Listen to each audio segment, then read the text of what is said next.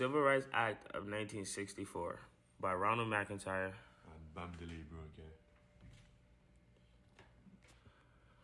The treatment of African Americans has long been controversial.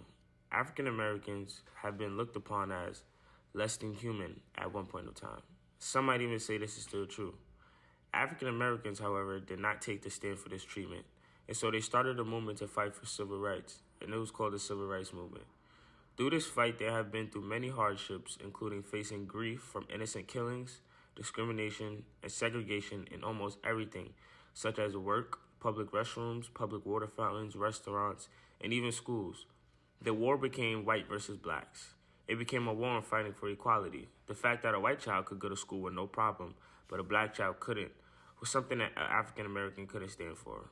The mistreatment and unfair discrimination brought upon the Civil Rights Act.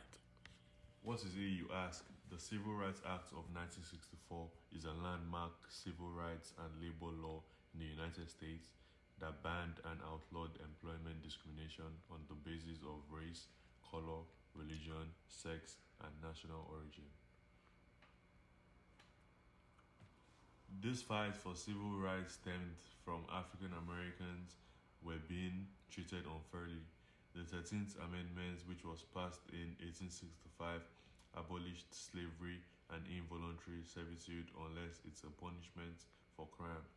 The 14th Amendment, which was passed in 1868, granted citizenship and equal civil rights and legal rights to African Americans and enslaved people who had been emancipated after the Civil War.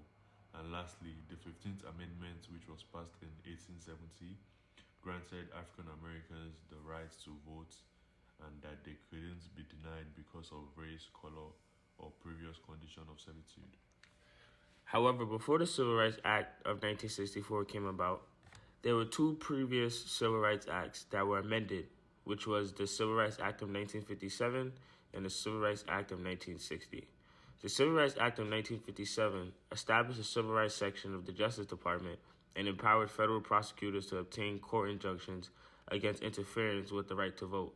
The Civil Rights Act of 1960 established federal inspection of local voter registration polls. This happened by anointing referees to oversee Southern elections and ensure that African Americans were permitted to vote. Even though the 15th Amendment existed at this point, the amendment provided room for states to impose voting requirements that applied equally to all races, and many former Confederate states took advantage of this opportunity to enact poll taxes and literacy tests, among other requirements. This became a disadvantage to African Americans because most couldn't complete these tests because they couldn't read or write. With these amendments in place and African Americans still being treated as nothing, this brought forth action. It was deemed unfair to treat them this way, and so they fought against what they believed was wrong. Throughout this fight, African Americans protested nonstop. They were led by multiple civil rights activists such as Martin Luther King Jr., Malcolm X, W. B. Du Bois, Marcus Garvey, Rosa Parks, Fannie Lou Hamer, John Lewis, Ella Baker, James Farmer, Julian Bond, Booker T. Washington, and many, many more.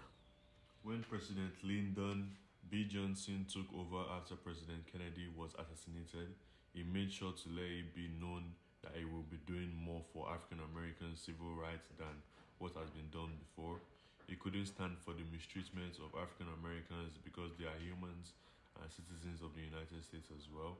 As amendments was introduced and passed to ban employment discrimination against women as an attempt to sabotage the bill, this bill then moved up to the U.S. Senate, where Southern and border states Democrats staged a 75-day filibuster. They were trying everything in their power to stop the bill from becoming law because they just simply didn't agree with it. However, the bill's supporters gained enough votes to end the debates. After breaking the filibuster, the vote in favor of the bill from the Senate was 73 to 27. President Johnson signed the bill on July 2, 1964. African Americans officially took another step in fighting for equality amongst Americans. Even though many white Americans didn't agree with the law was not a law. In a very famous quote by President Johnson, he stated, "It is an important gain, but I think we just delivered the South to the Republican Party." Thank you for watching.